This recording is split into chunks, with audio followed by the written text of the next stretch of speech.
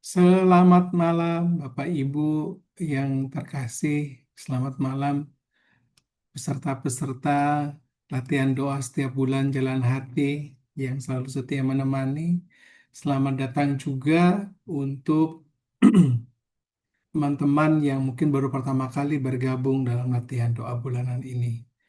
Latihan doa bulanan Jalan Hati ini diambil dari buklet doa dan latihan rohani yang berjudul Jalan Hati. Cover buklet doanya seperti gambar background saya di belakang ini. Ini merupakan series dari beberapa tahun sebelumnya. Nah, tahun 2025 ini materi Jalan Hati diambil dari materi sebenarnya Retreat The Way of the Heart, Jalan Hati yang baru saja diselenggarakan minggu lalu dari hari Kamis sampai dengan hari Minggu. Ya, jadi bagi teman-teman yang hanya bisa mengikuti online karena keterbatasan waktu dan jarak, ya bisa rajin mengikuti latihan doa jalan hati tahun ini setiap bulan, setiap Senin kedua. Kepanitiaan Jalan Hati ini merupakan bagian dari tim jaringan doa Bapa Suci sedunia. Atau bahasa kerennya versi bahasa Inggris, Pope's Worldwide Prayer Network. Ya, jadi setiap hari kita diajak untuk mendoakan doa persembahan harian dan ada wujud-wujud yang berbeda setiap bulannya. Nah, untuk mengawali pertemuan kita pada malam hari ini, kita bersama-sama ditemani oleh saya lagi, Robin, untuk membuka pertemuan malam hari ini dengan berdoa, doa persembahan harian. Saya minta tolong kesediaan salah satu peserta untuk bantu membacakannya. Apakah ada yang bersedia? Saya akan bantu untuk share screen saya.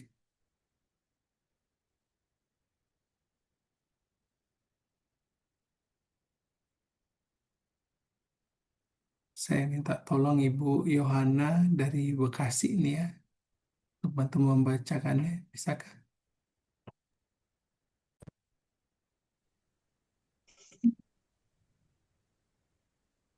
Bentar ya, kok ini hilang ya?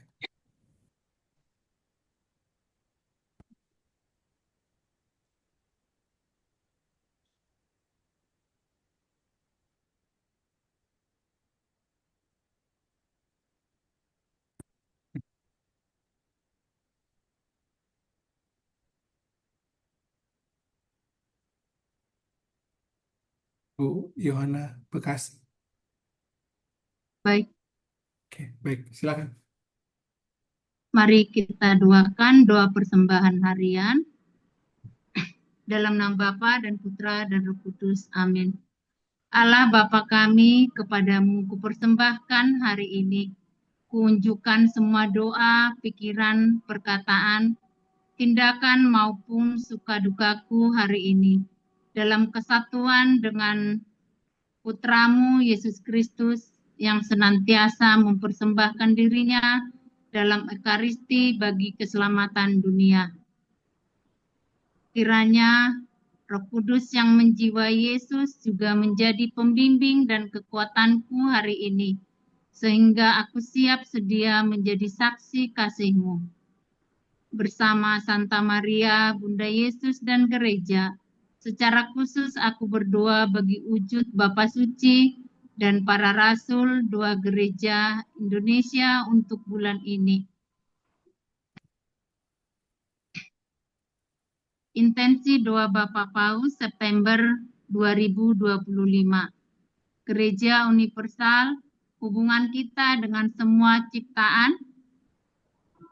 Semoga kita terinspirasi oleh Santo Fransiskus Assisi, menyadari keterkaitan kita dengan semua ciptaan yang dikasihi Allah dan mengalami ciptaan serta penghargaan. Kami mohon Kabulkanlah doa kami ya Tuhan. wujud gereja Indonesia, para narapidana Kristiani. Semoga para narapidana Kristiani memperoleh layanan yang dapat membantu mereka untuk menemukan gambaran Allah yang Maha Rahim dan penuh cinta, sehingga mereka tergerak memperbaiki dan mengembangkan diri terus-menerus. Kami mohon, Kabulkanlah doa kami kabulkanlah ya doa Tuhan. kami, ya Tuhan. Kemuliaan kepada Bapa dan Putra dan Roh Kudus, Seperti pada seperti pada permulaan, permulaan, sekarang, sekarang, selalu, dan selalu, dan sepanjang sepanjang segala segala abad. abad. Amin. Amin. Terima kasih. Nah, Bapak Ibu, tadi memperhatikan video bulanannya Bapak Paus nggak? Kalau saya perhatikan ya, menurut perasaan saya, kayaknya si Bapak Paus Leo ini mukanya rada penuh tekanan ya, capek gitu ya, atau stres gitu. Jadi, baiklah kita sebagai umat yang setia, setiap hari kita bantuin Bapak Paus dari jauh dengan doa-doa kita. Ya, alternatifnya mudah kok. Tinggal mendaraskan doa persembahan harian dan wujud doa intensi Bapak Paus sedunia. Dengan begitu kita sedikit meringankan bebannya Bapak Paus Leo. Ya, oke. Eh, malam ini kita memasuki edisi bulan September. Kalau Bapak Ibu yang punya buklet doa jalan hati, silakan diambil. Coba kita akan memasuki langkah keenam bagian 3. Masih ingat nggak langkah keenam itu yang bulan lalu bahas apa aja? Langkah keenam itu dibagi jadi 3 bagian ya. Edisi bulan Juli, bagian pertama bagian pertama tinggal bersama Yesus. Bagian kedua yang bulan lalu bersama Mbak Siska ya, Kristus tinggal dalam diriku. Malam ini kita masuk ke bagian 3, kasih hati kudus Yesus. Kalau teman-teman yang pernah ikut LRP, Latihan Rohani Pemula Modul 1, pasti sudah kenal dengan doa-doa pendek, tinggal bersama Yesus, Kristus tinggal dalam diriku gitu ya. Nah, yang bagian 3 ini hati kudus Yesus. Waktu saya membaca sekilas materi yang bagian 3 hari ini tuh ada satu kata yang menarik perhatian saya. Kegilaan cinta. Wih, apaan itu ya? Saya juga penasaran. Nah, kalau bulan lalu dengan Mbak Siska, kita diajak untuk merenungkan bagaimana caranya agar Kristus tinggal dalam diriku, dalam diri saya. Ada beberapa cara alternatifnya. Kita diajak untuk merenungkan seperti cabang-cabang pohon anggur. Yesus yang jadi batang anggurnya, kita jadi carang-carangnya. Yang masih ingat nggak? Yesus pokok dan kitalah caranya, tinggallah di dalamnya. Itu saya mikir, gimana caranya tinggal di dalamnya Yesus? Ada alternatifnya, merenungkan firman-Nya, kemudian tinggal dalam persekutuan dengannya, dan memberikan diriku untuk siap diubah. Ya, kalau dalam retret jalan hati atau latihan doa kita setiap bulan, jalan hati itu kita hati kita siap diubah menjadi seperti hati kudus Yesus. Ya, itu tujuannya kita berlatih setiap bulan di tema tahun 2025 ini yang topiknya jalan hati. Nah, malam ini kita akan lanjut ke bagian keenam, langkah keenam bagian ketiga. Nah, harusnya malam ini yang membawakan itu Romo Martinus Dam Febrianto dari Jesuit Refugee Service. Cuma kebetulan Romonya ada acara mendadak bentrok dengan kegiatan CRS, tapi kita malam ini ditemani dengan salah satu frater yang tinggal di Kolsani, Frater Ishak Jacques Kavin, ya panggilan kerennya Frater Kavin. Ya, beliau ini teologan yang tinggal di Kolsani, Kota Baru Yogyakarta, dan juga merupakan eh, tim redaksi dari majalah Rohani. Saat ini, Frater Kavin sedang menempuh studi magister dan lisensiat teologi di Fakultas Teologi Universitas Sanata Dharma. Frater Kavin sudah menyelesaikan studi filsafat di STF Diriyarkara tahun 2021 dan sudah menjalankan tahun orientasi kerasulan di JRS Indonesia tahun 2021 sampai dengan 2023. Nah, untuk memulai eh, bagian ketiga dari langkah keenam ini, saya eh, mendapat sumbangan pantun. Saya juga kaget, oh ada ada peserta yang Pak Robi nanti malam saya sudah siapkan pantun. Mudah-mudahan bisa dibawakan. Oh ya, senang sekali. Karena kebetulan saya nge-MC, eh, jadi ada peluru gitu ya. Oke, jangan lupa nanti teriak cakep yang kenceng ya.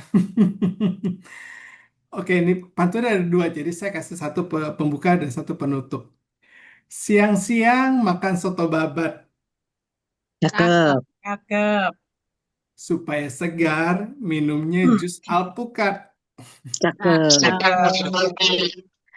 Ikuti terus the way of the heart, Cakep. Cakep. sehingga hubungan kita dengan Tuhan semakin dekat. Amin. Cakep. Amin. Oke, terima kasih. Terima kasih juga ini saya lihat Frater Kavin sudah join di ruangan Zoom. Baik, Frater, ada waktu 45 menit untuk Frater membagikan paparan dan nanti dilanjutkan meditasi. Saya berdasarkan refleksi yang sudah ada di buklet atau mungkin Frater siapkan. Ya, ruang online dan waktu saya serahkan kepada Frater. Silakan, Frater. Terima kasih. Terima kasih Pak Robin atas kesempatannya dan juga teman-teman dari jaringan doa Bapak Paus. Selamat malam semuanya. Perkenalkan nama saya Frater Kavin. Seperti yang sudah diperkenalkan tadi, saya akan membawakan langkah keenam bagian ketiga. Tapi sebelum saya mulai, saya penasaran saya ini ngobrol sama siapa saja ya. Boleh nggak ya? Sebentar saja dibuka on cam dia supaya kelihatan wajah-wajah semeringahnya ini. Ya, supaya saya nggak bosan lihat Pak Robin terus. Iya, iya, iya. Oke, oke, oke. Yang lain lagi. Yap, yap. Oke, terima kasih banyak. Ya, bisa terserah mau dimatikan atau dinyalakan lagi supaya jaringannya lancar. Oke, Bapak Ibu, saudara-saudara terkasih, saya akan membawakan langkah keenam bagian ketiga dan di bagian ini ada banyak hal yang menarik ya. Nanti kita akan melihat bersama-sama tentang hati kudus Yesus tuh ya. Bagaimana kita melihat hati kudus Yesus dalam perspektif yang lebih jeli dari aspek-aspek yang kaya dia. Tadi Pak Robin sempat menyebut soal kegilaan cinta dan sebagainya. Kita akan lihat satu persatu. Saya menyiapkan presentasi nanti kita bisa dalam bersama-sama. Oke, sudah terlihat PPT-nya? Belum. Oke, sudah. Oke. Ya, kasih hati kudus Yesus. Suara saya jelas ya Pak Robin ya? Jelas banget, Frater. Mantap. Oke ya, jelas. Oke. Di langkah keenam, saudara-saudari, kita ingat kembali ya, yang sudah kita lewati kemarin, bulan-bulan lalu, tinggal bersama Yesus, Kristus tinggal dalam diriku, dan ditutup dengan kasih hati kudus Yesus. Tiga hal ini begitu penting ya dalam iman Kristiani kita. Kita beriman kepada Tuhan Yesus, tetapi kalau kita tidak punya pengalaman bahwa kita pernah hidup ditinggali oleh Yesus, hidup bersama dengan Yesus, kita memberikan ruang bagi Yesus dan Yesus mau datang dalam diriku dan tinggal bersama aku, masuk ke dalam hatiku, maka mungkin iman itu akan menjadi iman yang formalistik ya, iman yang kering gitu ya, tidak ada pengalaman, tidak ada nuansa afektifnya. Nah, kita kali ini akan masuk dalam kasih hati kudus Yesus. Kita melihat bagaimana relasi personal kita dengan Tuhan Yesus itu juga memuat suatu misi hati kudus Yesus yang dibawa oleh Tuhan Yesus ke dalam dunia, yang juga mengundang kita untuk disebarkan kepada semakin banyak orang. Beberapa poin yang akan saya sampaikan, sebenarnya ini semacam highlight saja dari booklet. Saudara-saudari bisa membacanya. Saya akan menemani untuk melihat dan mengisi poin-poin ini. Pertama adalah tentang kasih yang sejati. Kasih yang sejati itu apa? Kasih yang menerima dan kasih yang mengampuni. Kalau kita sungguh-sungguh merefleksikan itu ya, dalam iman Kristiani,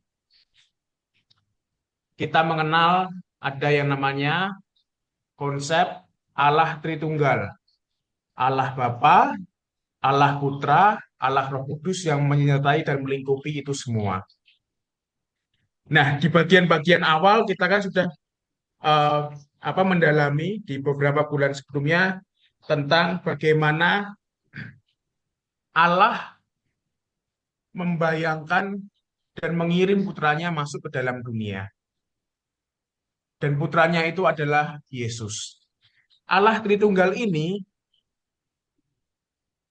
tiga pribadi Allah dalam satu keesaan yang sama, ini mampu dan mau hadir ke dunia karena dalam bahasa kitab suci yang sangat menarik dan penting dalam iman kita itu adalah kenosis.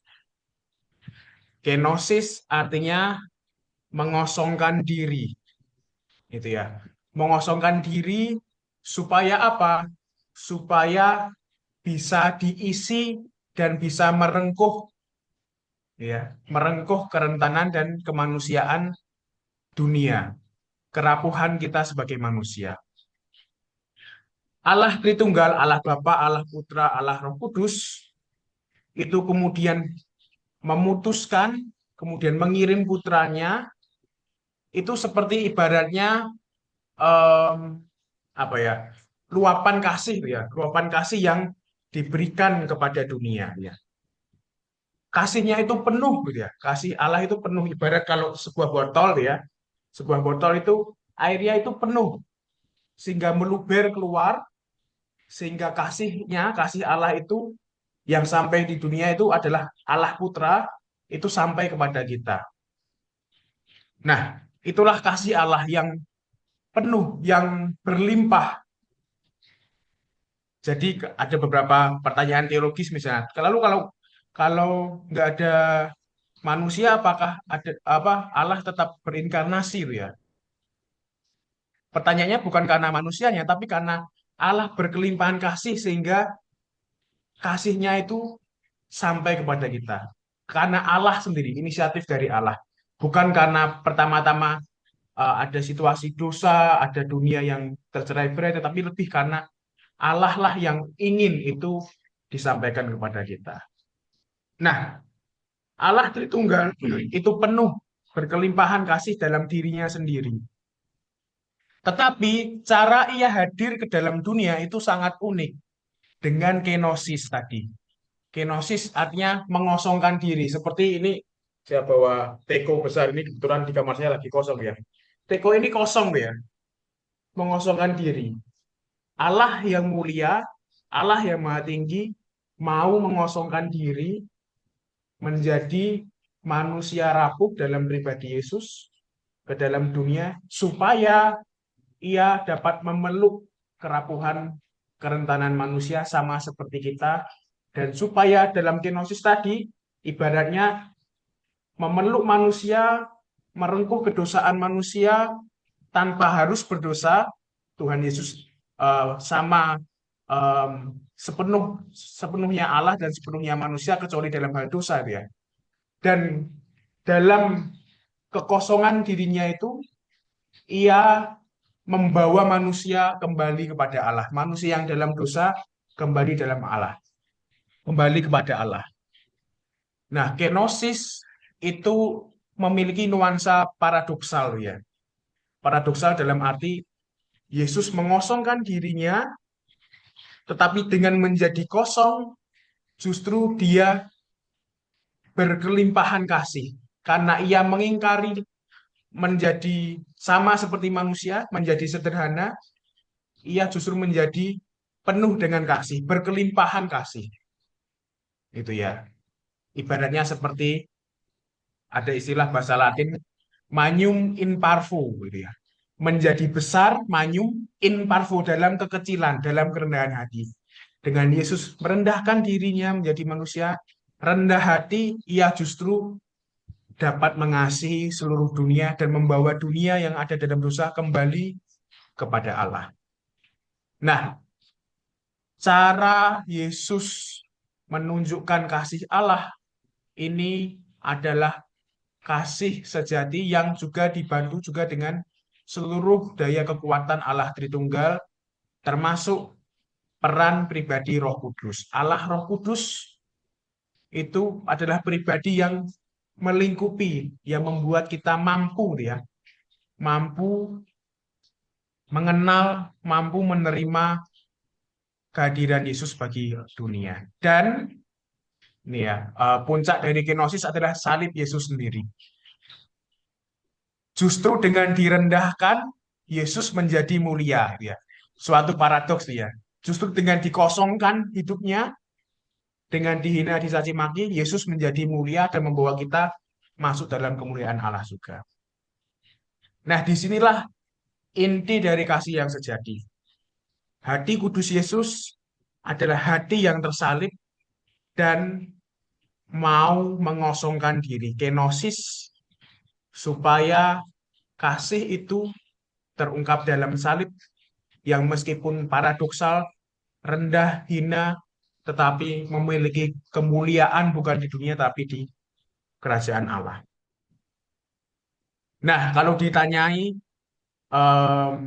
orang mana yang mau gitu ya mengosongkan diri di zaman ini, orang mana yang mau meninggalkan kemuliaannya di zaman ini.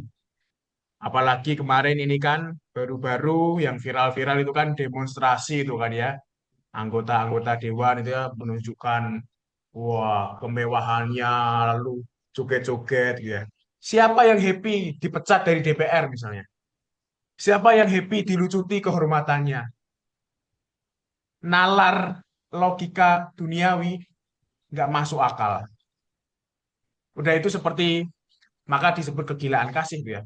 Itu sungguh-sungguh seperti kalau kita di sosmed itu kan beberapa kali saya pribadi kalau scrolling tuh ya seringkali muncul konten-konten apa aktivis sosial yang peduli pada orang gila dia, orang ODGJ dia, orang dengan gangguan jiwa dia.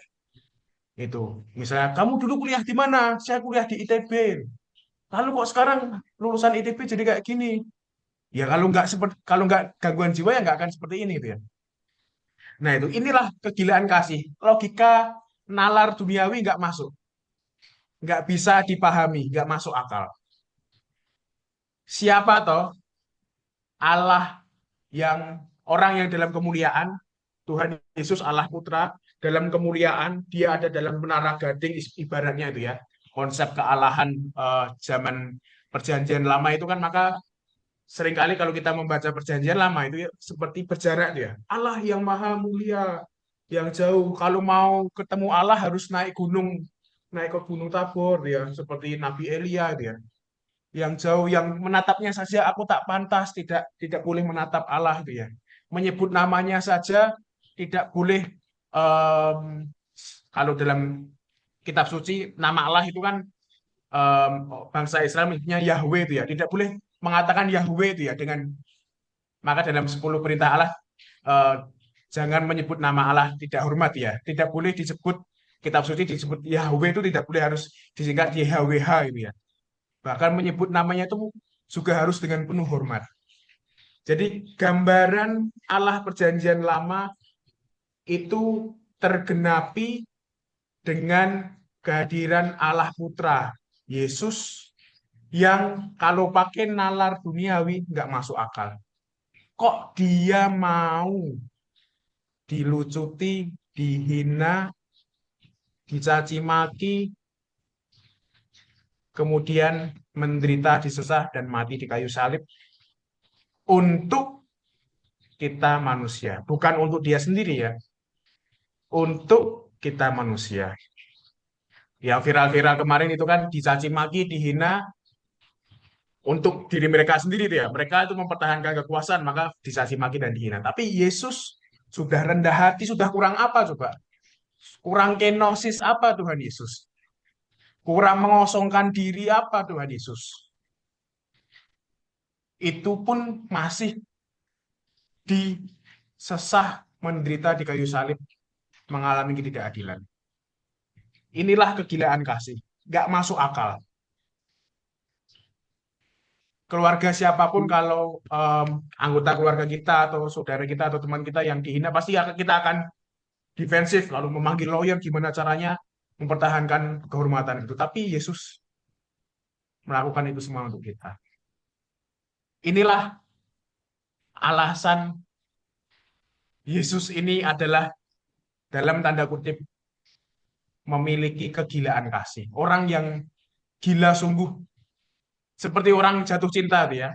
Saya meskipun masuk Yesuit sebagai frater juga pernah jatuh cinta ya. Dulu sebelum masuk seminari. Ketika jatuh cinta itu kan kita juga jadi gila ya. Pegang HP terus, nungguin chatnya, kapan dibalesnya, kalau ulang tahun dicariin. Bahkan lebih lebih bergairah, lebih antusias merayakan ulang tahun gebetan atau ceweknya daripada merayakan ulang tahun ibunya misalnya. Kalau ibu ulang tahun, mama ulang tahun biasanya ya selamat ulang tahun ya mama ya, terima kasih, ya nggak dikasih hadiah dia. Tapi kepada cewek kalau kita sudah sungguh-sungguh gila kasih, semua akan dilakukan. Nggak masuk akal, nggak masuk akal. Meskipun setelahnya misalnya putus, tidak berrelasi lagi, direfleksikan, kita mungkin akan ketawa dulu kenapa aku kok bila-bilain ke sana misalnya. Ini kan kegilaan kasih itu seperti ini. Seperti pengalaman juga Santo Paulus, dia mengalami kegilaan kasih itu. Santo Paulus mengatakan, anak Allah yang telah mengasihi aku dan menyerahkan dirinya untuk aku. Bayangkan Saulus yang membunuh murid-murid Yesus mengatakan hal itu. Inilah kegilaan kasih. Saya ingin membuat ini semakin konkret, semakin real dalam pengalaman hidup kita dengan melihat satu video pendek ini. Saya akan share screen lagi.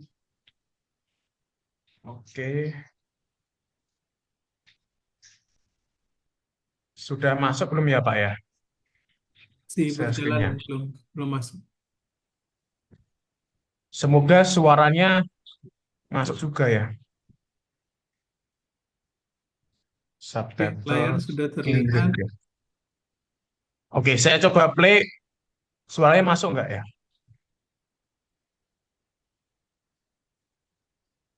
Suaranya belum masuk, Pak. Suaranya belum masuk. Belum. Mesti Wait, share wait, sound wait, juga. wait. Saya stop share dulu ya. Oke. Share, lalu scroll bawah. Oh, share sound. Oke, nice.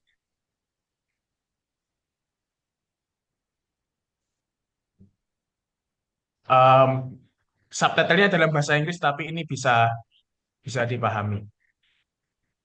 Coba tes suara. I remember Pendengar. Oke ya. my stepfather, would beat Saya me, ulangi and sebentar. I remember my Wait.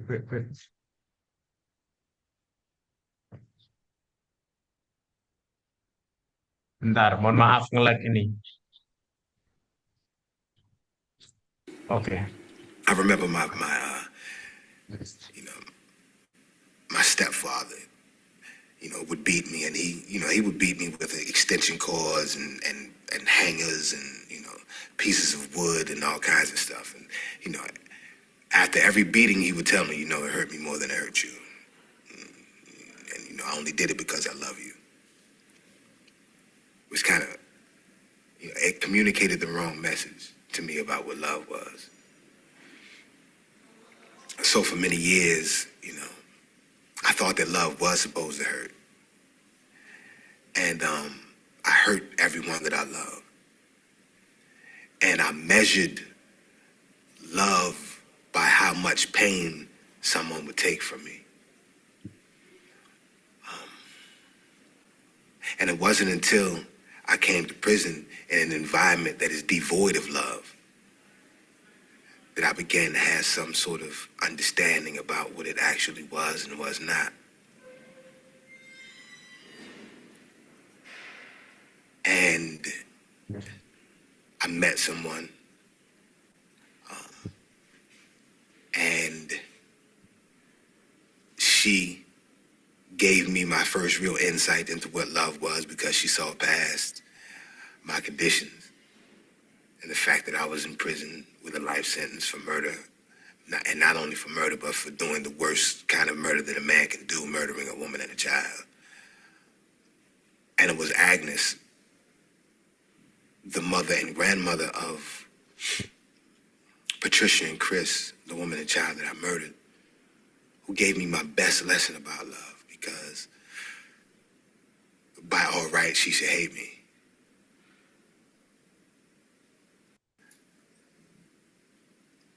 But she didn't. And over the course of time and through the journey that we took, that's been pretty amazing. She gave me love, and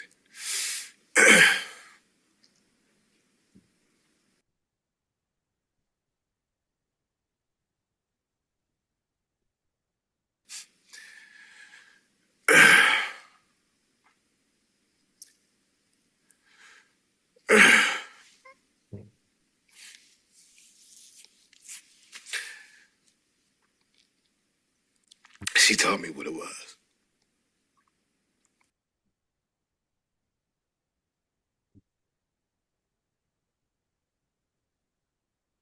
Oke, video tadi semoga terpahami ya, Bapak, Ibu, saudara-saudari yang terkasih.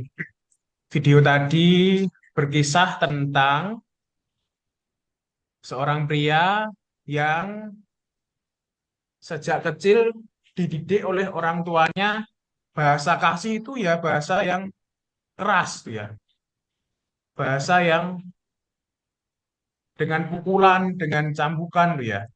Kasih itu ya seperti itu, tegas tuh ya. Semakin terluka, maka kamu bisa menerima kasih itu. Semakin penuh kasih kamu. Itu dia grew up dengan dalam keluarga seperti itu. Tapi suatu kejadian terjadi, dia membunuh seorang ibu dan anak namanya Patricia dan Chris, seorang ibu dan gadis yang masih kecil. Lalu kemudian dia dihukum di penjara, dan orang tua atau nenek dari mereka korban pembunuhan ini namanya Agnes, kemudian datang menghampiri Leonard ini, dan tadi disebutkan by all rights she should have me. Dalam segala hal seharusnya dia berhak membenci aku, tetapi dia tidak, dia justru mengampuni. Lihat apa yang dilakukan Agnes pada pria ini sehingga dia tahu apa itu kasih sejati. Kasih sejati adalah kasih yang menerima, yang mengampuni. Ini mungkin seperti pengalaman Paulus. Paulus membunuh banyak murid Kristus, tapi suatu ketika ditangkap oleh Kristus, oleh Tuhan sendiri, dalam kilauan cahaya, sehingga ia bertobat dan ia kemudian menjadi salah satu murid Kristus yang paling militan dan membawa kekristenan ke benua yang lain, ke Eropa dan sekitarnya.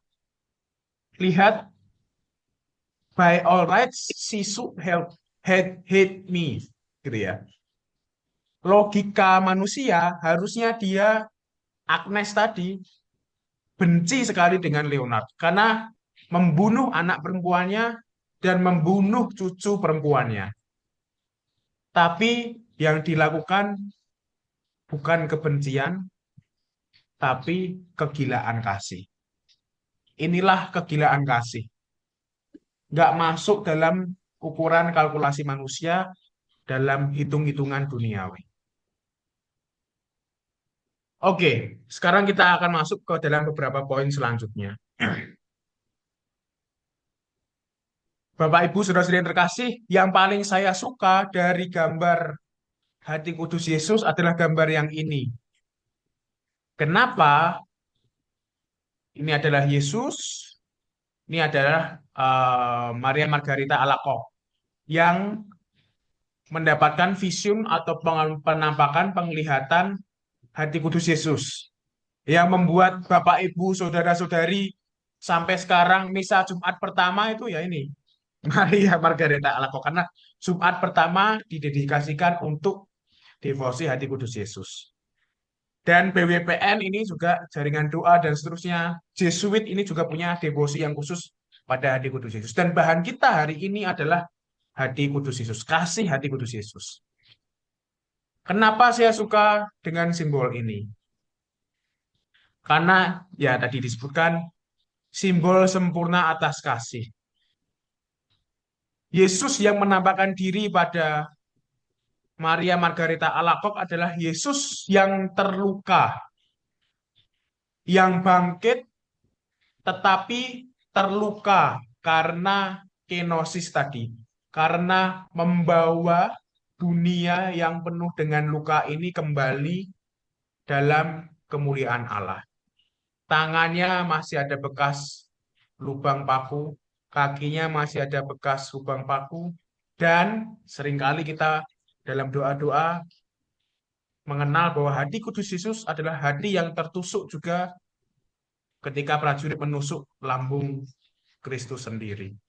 Keluarlah air dan darah Yesus sendiri.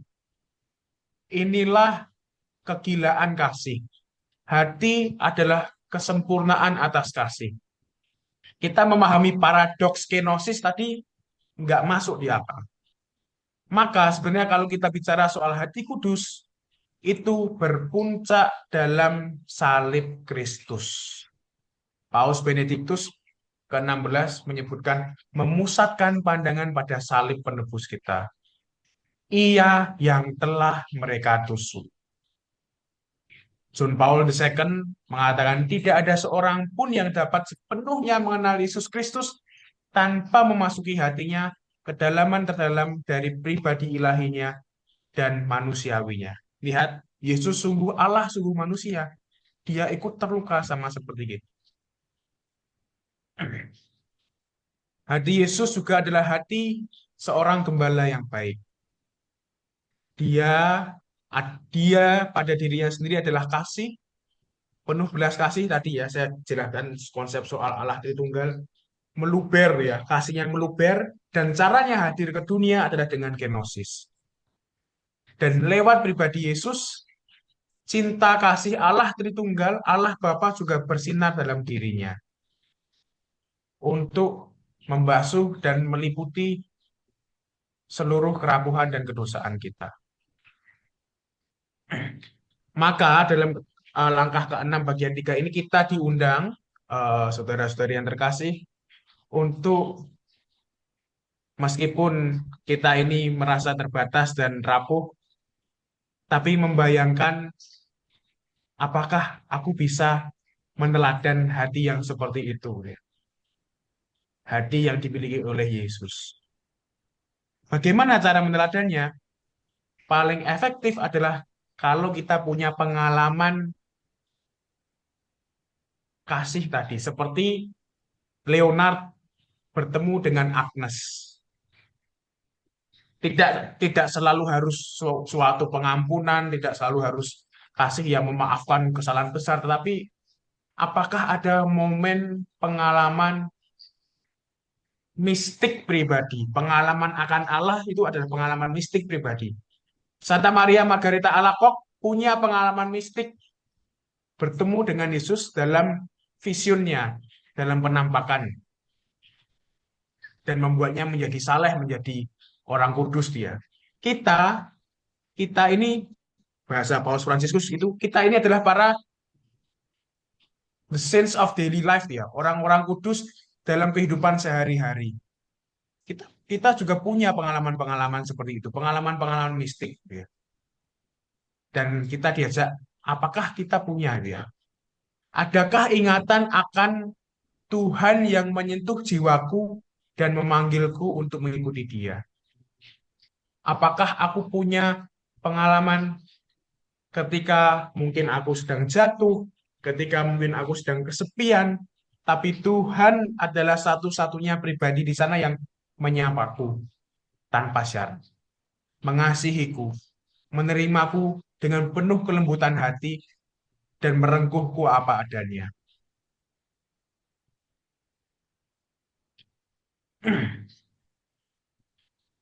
Adakah ingatan akan sukacita karena telah melemparkan jaring hidup kita ke lautan firman-Nya?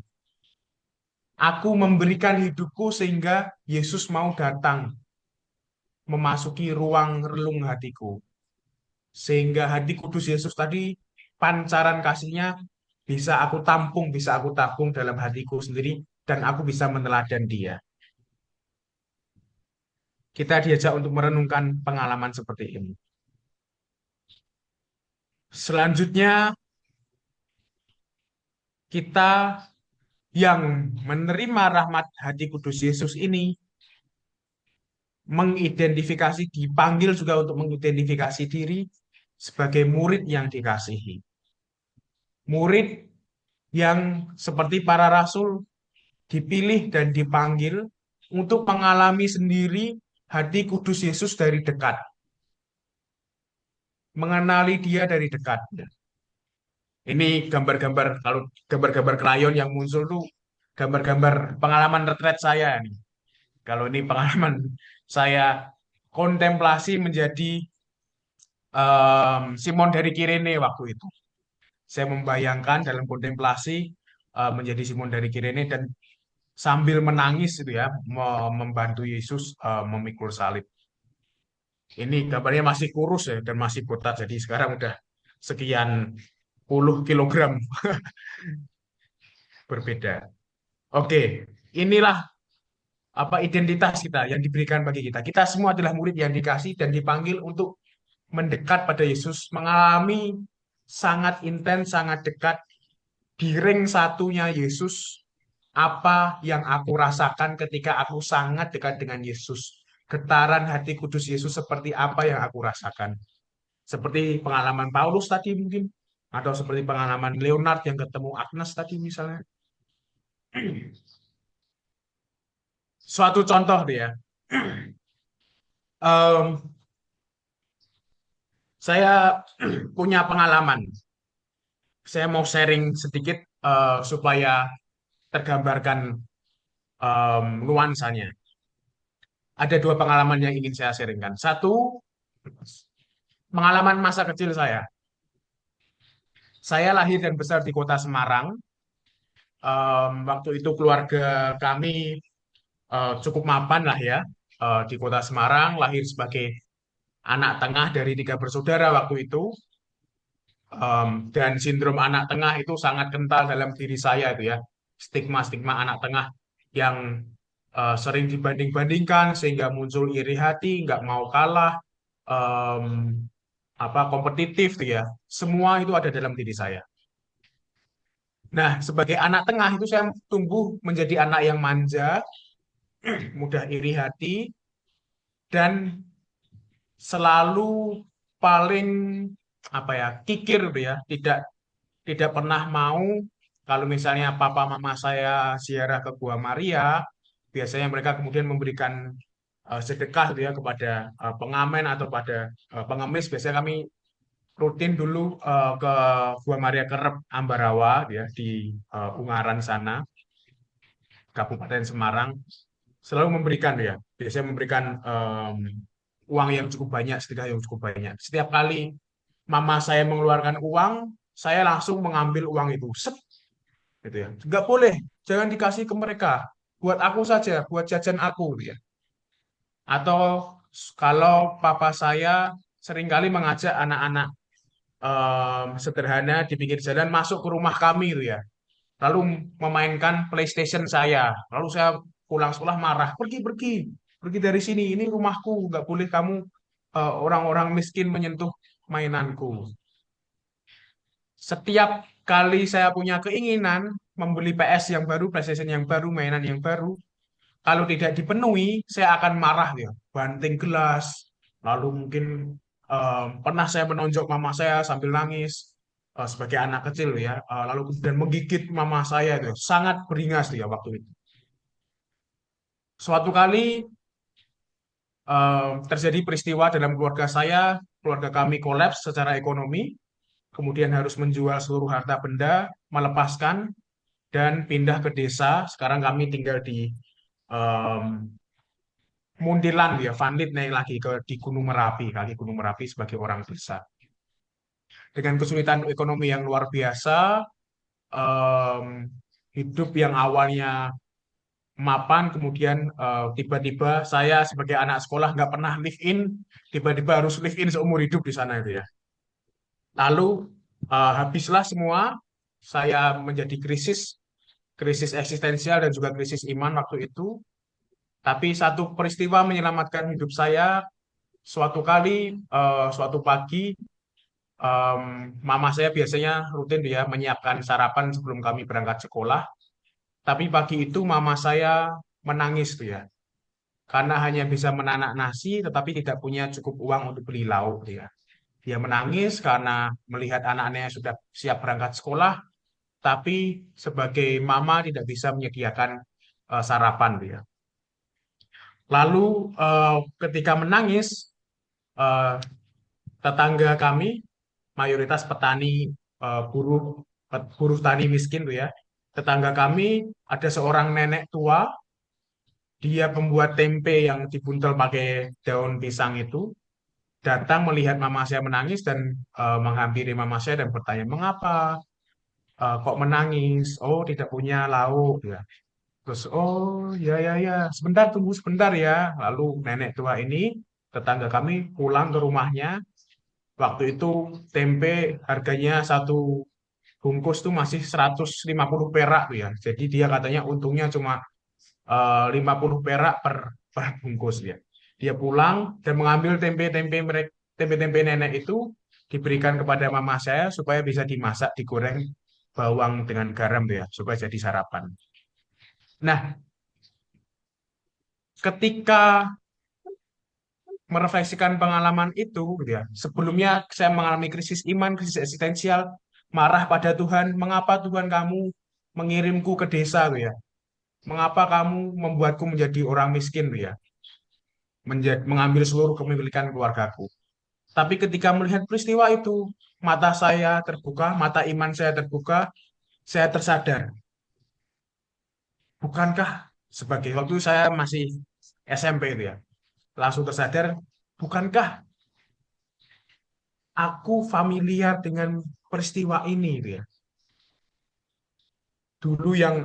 Dulu yang sangat benci dengan orang miskin, kemudian justru anak yang angkuh ini, anak yang mudah iri hati ini, yang benci orang miskin, malah dibantu dan diselamatkan oleh nenek miskin gitu ya.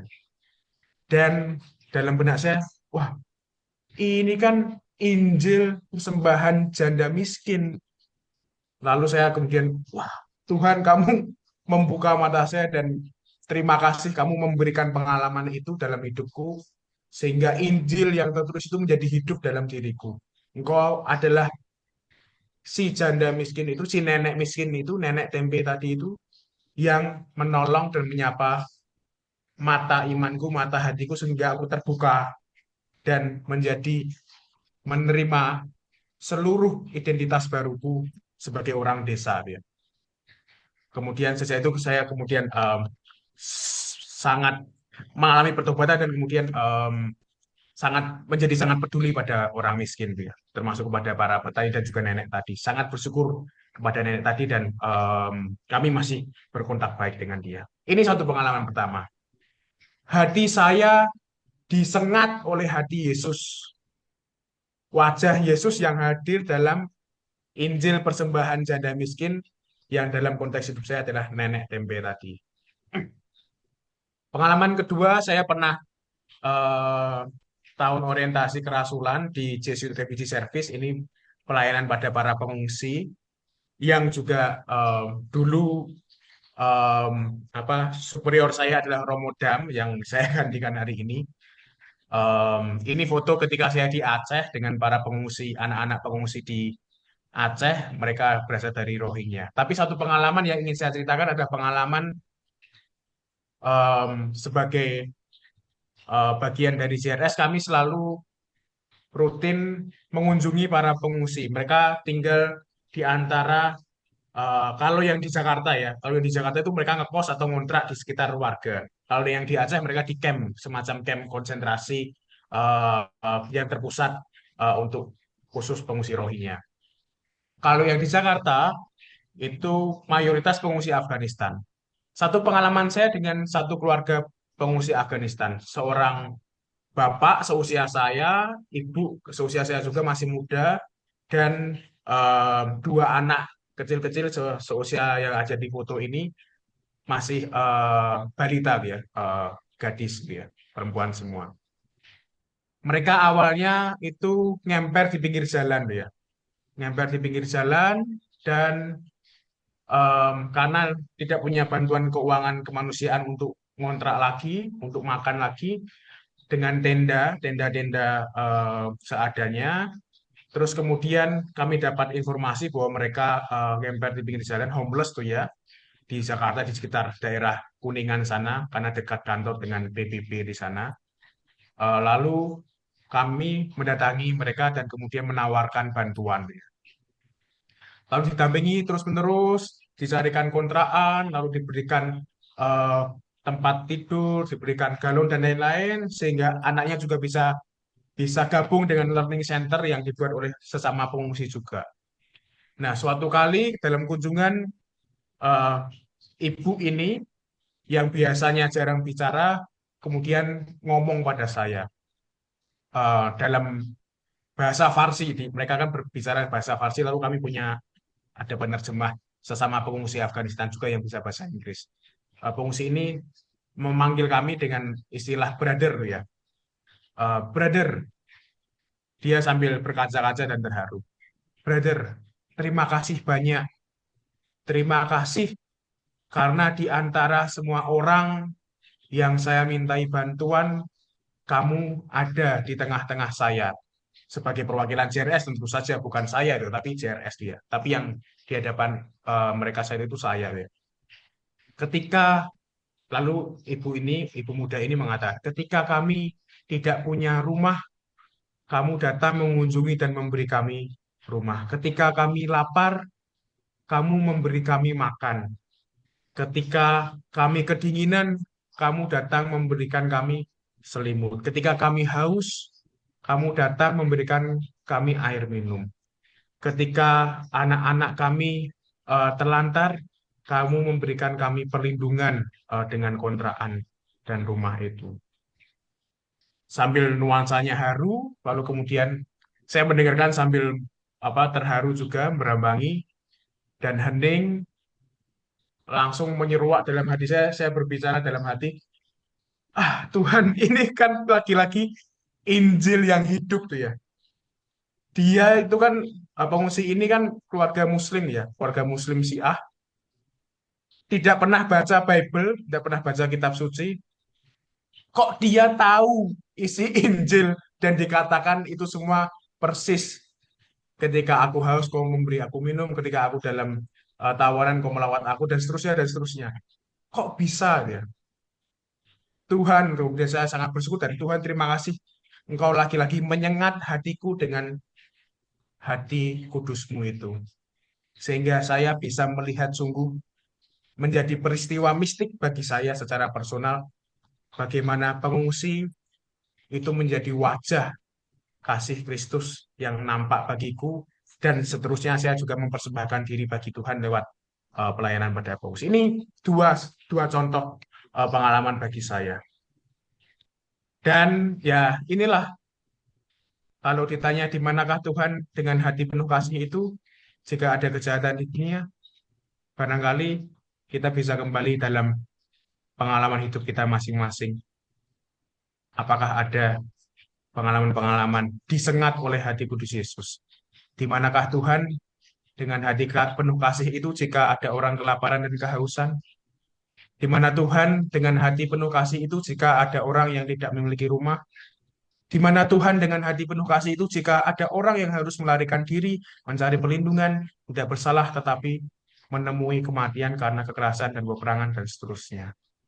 Apakah hati penuh kasih itu sungguh hadir di tengah karut-marut dunia manusia? Saudara-saudari, mungkin ini menjadi permenungan bagi kita. Kita diajak sungguh itu ya, melihat Tuhan dalam hidup kita yang juga hadir dalam pribadi-pribadi yang disingkirkan oleh masyarakat, dan justru wajah Yesus itu tampak dalam diri mereka yang paling menderita, yang paling rentan. Dia begitu dekat dengan mereka yang menderita sehingga dia menjadi satu dengan mereka sebagaimana dalam satu tubuh. Semakin dekat kita dengan hati Yesus, semakin kita tidak indifferent. Indifferent itu cuek tuh ya, terhadap penderitaan di sekitar kita. Dengan keinginan untuk berkomitmen pada Yesus, pada umat manusia, pada dunia ini dengan pelayanan misinya. Terakhir, sebagai pertanyaan refleksi juga bisa dilihat dalam buklet ini, gitu ya. Kita diundang untuk pertama merenungkan kata-kata rohani yang muncul dalam buklet tadi, yang juga sudah saya sampaikan dengan cara saya menyebutnya sebagai doa kamar, ya. Saya seringkali masuk ke kamar, kemudian bertanya, mengingat kembali momen-momen disengat oleh hati kudus Yesus dan ngobrol dengan hati kudus Yesus. Dengan Yesus sendiri membicarakan hatiku dan hati kudus Yesus. Ngobrol seperti seorang teman. Kok saya kan suka bahasa Jawa ya. Kok iso yo biyen ono simbah-simbah sing dodol tempe kuwi ngewangi aku Gusti Yesus ya. Dan seterusnya dan seterusnya. Kok bisa dengan cara bahasa-bahasa kita. Lalu mohon anugerah agar hatiku disentuh oleh hati kudus Yesus. Sampaikan pada Yesus apa yang aku rasakan dalam doa-doa ini. Rasa kagum, rasa keinginan, rasa kesentuhan. Saya membahasakan dua pengalaman tadi dalam tanda kutip rasa tersengat ya oleh hati kudus Yesus. Mohon agar Yesus menjadikan hatiku seperti hati kudusnya. Dan silahkan nanti dalam permenungan pribadi doakan litani hati kudus Yesus dan tuliskan refleksinya, hasil doa, dan hasil percakapan dengan Allah Tritunggal. Terakhir, Pak Rubin, maaf saya mungkin melewati waktu sedikit. Saya ingin mengajak Bapak Ibu Saudara-saudari untuk terakhir ini mendoakan dengan penuh khidmat doa yang dibuat oleh Santo Claude de la Colombière. Ini adalah Romo Yesuit. Dia adalah Romo yang menjadi pembimbing Santa Maria Margareta Alacoque yang menerima penampakan hati kudus Yesus. Pembimbing rohaninya adalah seorang Yesuit, maka dekat ya, devosi hati kudus Yesus sangat dekat dengan para Yesuit dan juga serikat Yesus. Kita hening sejenak, kita cecapi kata demi kata dari doa Santo Claude de la Colombière. Dalam nama Bapa dan Putra dan Roh Kudus. Amin. Yesus, Engkau adalah sahabat sejatiku dan satu-satunya sahabat. Engkau mengambil bagian dalam segala nestapa yang aku derita. Engkau memikul derita dalam dirimu. Engkau mampu mengubah segala yang membuat susah menjadi anugerah. Engkau mendengarkan aku dengan hati dan perhatian. apabila aku menuturkan segala suka duka kepadamu. Dan engkau selalu memiliki urap untuk engkau usapkan pada luka-lukaku. Aku temukan engkau di segala waktu. Aku temukan engkau di mana-mana. Engkau tidak pernah pergi meninggalkan aku. Jika aku terpaksa harus berganti rumah, aku temukan engkau kemanapun engkau pergi. Engkau tak pernah jemu mendengarkan aku. Engkau tak pernah bosan berbuat baik kepadaku. Aku merasa pasti. Aku engkau cintai jika aku mencintai engkau. Meski segala hartaku bukan apa-apa bagimu, dan dengan menganugerahkan hartamu padaku, engkau tak akan menjadi bertambah miskin karenanya. Betapapun sengsara hidupku, tak ada seorang pun yang lebih luhur atau lebih bijaksana atau lebih suci yang sampai dapat menghalang, memisahkan engkau dariku dan merampas persahabatan dari diriku dan kematian yang merenggut aku dari semua sahabat teman handai tolan akan menyatukan aku dengan engkau untuk selamanya. Semua penghinaan yang terkait dengan ketuaan atau hilangnya kehormatan tak pernah akan melepaskan engkau dari diriku. Sebaliknya, aku tak pernah akan menikmati engkau lebih penuh dan engkau tak pernah akan lebih dekat dengan aku daripada apabila segalanya tampak memadu niat jahat melawan diriku, menguasai diriku, dan membuang diriku. Engkau menerima segala kesalahanku yang telah melewati batas kesabaran dan bahkan kurang setiaku, serta tak tahu terima kasihku, tidak menyakitkan hatimu, tak membuatmu tak sudi lagi menerima aku kembali apabila aku kembali kepadamu. Yesus, anugerahilah aku agar aku dapat mati sembari memuji Engkau, sembari mencintai Engkau, dan demi cinta kepada Dikau. Amin. Dalam nama Bapa dan Putra dan Roh Kudus. Amin. Terima kasih Pak Robin dan teman-teman. Terima kasih, Brother Kevin. Saya sungguh tersentuh banget karena ada banyak hal yang pengalaman hidup Frater Kevin yang dibagikan, kan? Ya seperti Frater tadi sampaikan ya, seperti Injil yang hidup gitu ya. Saya cerita tentang nenek tempe itu menarik banget dan ya berkesan gitu ya. Saya dengerinnya juga sampai ikut merinding ini. Ya, saya juga diingatkan kembali untuk belajar untuk mengosongkan diri gitu ya. Kalau tadi kan Frater coba menggambarkannya dengan menggunakan tempat minum yang kosong atau setengah kosong gitu ya. Saya jadi teringat ya kalau kalau di kantor pada saat belajar tentang manajemen kalau mau mau diubah, mau dapat satu eh, kalau ikut training gitu ya supaya saya mendapatkan tambahan ilmu, ya harus memposisikan kosong siap diisi. Nah, kalau dalam kaitan malam ini ya, kalau kita kosong bisa diisi, pada saat itulah saya dibentuk, hati saya dibentuk jadi seperti hatinya Tuhan. Tadi yang eh, pepatah Magnum in Parvo juga, wah itu saya berdengar malam ini, tapi menarik juga ya bahwa terus saya sambil dengerin Frater ini saya Google nih apa itu maksudnya Magnum in Parvo. Oh ya, Great in Little. Oke, terus saya jadi ya mungkin enggak, saya jadi teringat tentang pepatahnya Leonardo da Vinci yang kemudian dipopulerkan oleh Steve Jobs. Simplicity is the ultimate sophistication. Ya, itu saya jadi teringat itu. Ya, Eh, ya menarik banget. Terima kasih, Frater. Em, malam ini juga kita diundang sebenarnya dari pertanyaan refleksi yang materi minggu bulan ini kita diajak untuk mendoakan litani Hati Kudus Yesus. Jadi Bapak Ibu, ini kan ada beberapa pertanyaan panduan refleksi yang bisa kita nanti bagikan dalam percakapan rohani dalam kelompok kecil. Pertanyaan refleksinya ada di buklet. Ini saya copas di teks chat sebentar ya. Ya, nanti ini bisa dibagikan.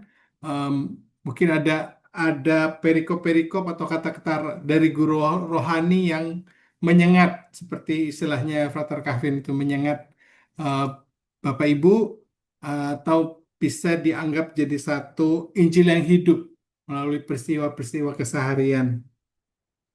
Nah, sementara Novia bantu saya untuk menyiapkan breakout room, baiklah kita hening sejenak, kita sambil doakan bersama eh, doa litani Hati Kudus Yesus. Saya akan share screen saya.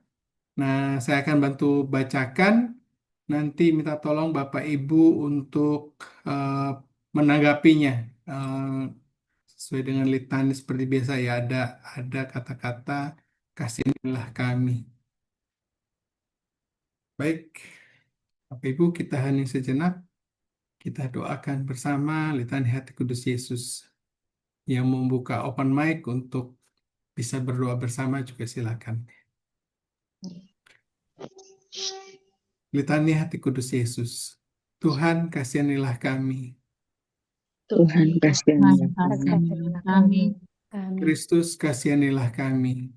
Kristus Kristus kasihanilah kami. Tuhan, kasihanilah kami. Tuhan Kasihanilah kasihanilah kami. Kristus, dengarkanlah kami. Kristus Kristus kabulkanlah kabulkanlah doa kami. Allah Bapa di surga, Kasihanilah kami. Allah Putra penebus dunia, Kasihanilah kami. Allah Roh Kudus, Kasihanilah kami. Allah Tritunggal Maha Kudus, Tuhan yang Maha Esa, Kasihanilah kami. Hati Yesus yang Maha Kudus, Kasihanilah kami. Hati Yesus Putra Bapa kekal, Kasihanilah kami. Hati Yesus yang diwujudkan oleh Roh Kudus dalam ribaan Bunda Perawan, Kasihanilah kami. Hati Yesus yang dipersatukan dengan Sabda Allah dalam satu wujud, Kasihanilah kami. Hati Yesus yang mulia tak terbatas, Kasihanilah kami. Hati Yesus Bait Kudus Allah, Kasihanilah kami. Hati Yesus Kemah Allah dan pintu surga, Kasihanilah kami. Hati Yesus perapian cinta kasih yang bernyala-nyala, Kasihanilah kami. Hati Yesus perbendaharaan keadilan dan cinta kasih, Kasihanilah kami. Hati Yesus lubuk penuh keutamaan, Kasihanilah kami. Hati Yesus yang amat patut dipuji-puji, Kasihanilah kami. Hati Yesus Raja dan Pusat segala hati, Kasihanilah kami. Hati Yesus tempat semua harta kebijaksanaan dan pengetahuan, Kasihanilah kami. Hati Yesus tempat tinggal kealahan seluruhnya, Kasihanilah kami. Hati Yesus yang berkenan kepada Bapa, Kasihanilah kami. Hati Yesus yang kaya raya dan murah hati kepada kami, Kasihanilah kami. Hati Yesus kerinduan bukit-bukit yang kekal, Kasihanilah kami. Hati Yesus yang murah hati bagi semua orang yang berseru kepadamu, Kasihanilah kami. Hati Yesus sumber kehidupan dan kesucian, Kasihanilah kami. Hati Yesus kurban pelunas dosa kami, Kasihanilah kami. Hati Yesus yang ditimpa penghinaan, Kasihanilah kami. Hati Yesus yang taat sampai mati, Kasihanilah kami. Hati Yesus yang tertusuk dengan tombak, Kasihanilah kami. Hati Yesus sumber segala penghiburan, Kasihanilah kami. Hati Yesus kehidupan dan kebangkitan, Kasihanilah kami. Hati Yesus pokok damai dan pemulihan kami, Kasihanilah kami. kami. Hati Yesus kurban untuk orang berdosa. Kasihanilah kami. Hati Yesus keselamatan bagi orang yang berharap kepadamu. Kasihanilah kami. Kami. Hati Yesus pengharapan orang yang meninggal dalam Engkau. Kasihanilah kami. Hati Yesus kesukaan orang kudus. Kasihanilah kami. Anak domba Allah yang menghapus dosa dunia. Sayangilah Kami ya Tuhan. Anak domba Allah yang menghapus dosa dunia. Kabulkanlah doa kami ya Tuhan. Anak domba Allah yang menghapus dosa dunia. Kasihanilah kami. Yesus yang lembut dan murah hati. Jadikanlah hati kami seperti hatimu. Marilah berdoa. Allah yang maha kuasa dan kekal, terimalah segala pujian dan penghapusan dosa yang dipersembahkan hati Yesus kepadamu atas nama semua orang berdosa. Sudilah Engkau mengampuni dosa-dosa umatmu yang memohon belas kasih-Mu dengan perantaraan antaraan Yesus Yesus Kristus Tuhan Tuhan kami. kami yang bersatu dengan Satu Dikau dan dengan Roh Dikau Kudus, dan Roh Kudus, hidup hidup dan dan berkuasa berkuasa, kini dan kini sepanjang dan masa. masa. Amin. Amin. Terima kasih Bapak Ibu, kita semua akan dibagikan ke dalam kelompok kecil breakout room ya. Silakan Novia untuk dibuka roomnya. Oke, Saya mohon pamit dulu ya Pak Robin ya. oke, Terima kasih banyak tidak bisa Bapak ikut Robin. breakout room. Terima kasih, selamat Terima kasih. malam, Tuhan berkati. Istirahat ya, makasih, amin.